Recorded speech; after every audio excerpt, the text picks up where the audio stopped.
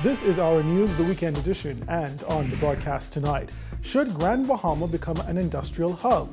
We'll tell you what environmentalists and financial experts have to say. And the head of a leading environmental group underscores the need for environmental protections.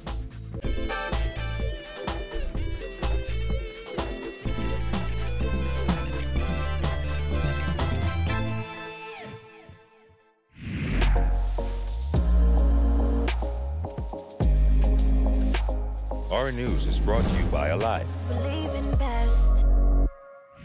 Good evening, I'm Andrew Knowles, and thanks for joining us. Amid questions over the controversial OBAN deal and its potential impact on East Grand Bahama's pristine environment, top environmentalists and financial experts are debating whether the island should become an industrial hub. Our Jared Higgs explains. Should Grand Bahama commit itself to an economy based on heavy industry? The answer isn't simple, but Executive Director of the Bahamas National Trust, Eric Carey, says it's something to consider, but not without the requisite environmental considerations. So Freeport is, it's labeled as our industrial city. We've had industry there for decades and decades. So I think that there are still opportunities to explore industry in Grand Bahama. And it's going to be at the impact of the environment, but you can offset that by identifying other parts of Grand Bahama that will not be impacted by major industry. East Grand Bahama is an ecological paradise, except for the Statoil facility, which is a passive storage facility. Carey says planning is ultimately the key. If you decide that, as an example, a part of an island, whether that's Grand Bahama or otherwise, is going to be the area where you're going to have heavy industry, then plan that effectively. Know what the type of industry is. Also very carefully plan for mitigation that must take place.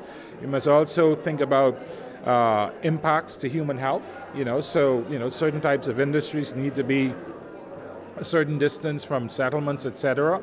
So you can plan an industrial aspect of your economy in a particular place, but you should also plan that doesn't take place in other places. Immediate past chairman of the Bahamas Chamber of Commerce and Employers Confederation, Gowan Bowe, gave his view on the topic, saying that industrialization isn't something the Bahamas should rush into. That Grand Bahama is a part of the Bahamas, and they are in a particular economic circumstance today.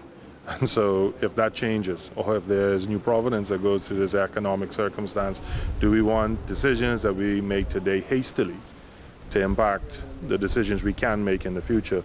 So when we look at Grand Bahama, yes, it is not a tourism destination in the same way as maybe an Exuma, an Abaco, an Eleuthera, and even New Providence with the developments. I think what's more important is saying, if we're going to have Grand Bahama as an industrial hub, that still is saying in the context of sustainable economic activity and how it is going to contribute into the overall coffers of the Bahamas, not just Grand Bahama. The controversial OBAN deal, which was signed before the completion of an environmental impact assessment, thrust the national spotlight on Grand Bahama's economy and environment. Prime Minister Dr. Hubert Minnis has said in its haste to spur job and economic growth on the island, it made many missteps in handling the deal. Reporting for our news, I'm Jared Higgs. Well, the proposed oil refinery project on Grand Bahama has the potential to create an environmental mess, according to one environmental advocate who says the Bahamas has not always had the best record in cleaning up. Our Christina Dragovic tells us more. With an environmental impact assessment that has yet to be released to the public, the true potential impact of the OBAN Energy's oil refinery project is unknown. Yet, the Bahamas is without proper environmental protections and watchdogs in place, according to Bahamas Reef Environment and Educational Foundation Executive Director Casuarina McKinney-Lambert. We don't have enough environmental regulation in the country. We certainly don't have an environmental protection agency or a Clean Air Act, which are the governing pieces of legislation in the U.S. And that would be absolutely essential before we could even consider moving forward with this kind of development. Just last summer, the seepage of oil off Clifton Pier was dubbed an environmental disaster, leaving the Sir Nicholas Natal Coral Reef Sculpture Garden covered in oil. Brief was one of the organizations advocating for a remedy to the issue for years. She tells our News the Bahamas has not always had the best reputation in cleaning up the environment, which begs the question, will Oban be any different? We also don't have a great track record of cleaning up messes in our environment. We have examples across the country of power plants that are impacting the environment, and I would like to see us demonstrate that we as a country are able to clean up the existing messes before we think about creating something new. In an interview with Freeport News earlier this week, Oban Energy's president, Satpal Dunna, claimed that the company could not have a meeting with the Bahamas Environment, Science and Technology Commission about the environmental impact assessment until the heads of agreement was signed. According to that heads of agreement, the parties agree that the government shall not have the right to terminate these heads of agreement based on any EIA report, but instead shall work with the developer to mitigate any concerns. Reporting for our News, I'm Christina Dragovich. All right, thanks, Christina. Traffic police are investigating another traffic accident on the streets of the capital, which has resulted in the death of an adult male. The incident occurred on Fox Hill Road around 10 last night. Officers say 4 men in a white Toyota Passo were traveling south on Fox Hill Road when the driver lost control of the vehicle and collided with a utility pole and a tree. We're told the driver and 2 of the men were badly injured.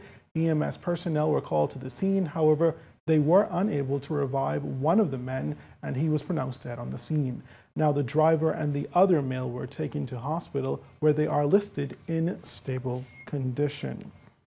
Meantime, police are investigating a shooting incident that left 1 man in serious condition in hospital. Police say it was shortly before 11 p.m. on Friday when 2 men were standing on the porch of a home on Fleming Street off Market Street.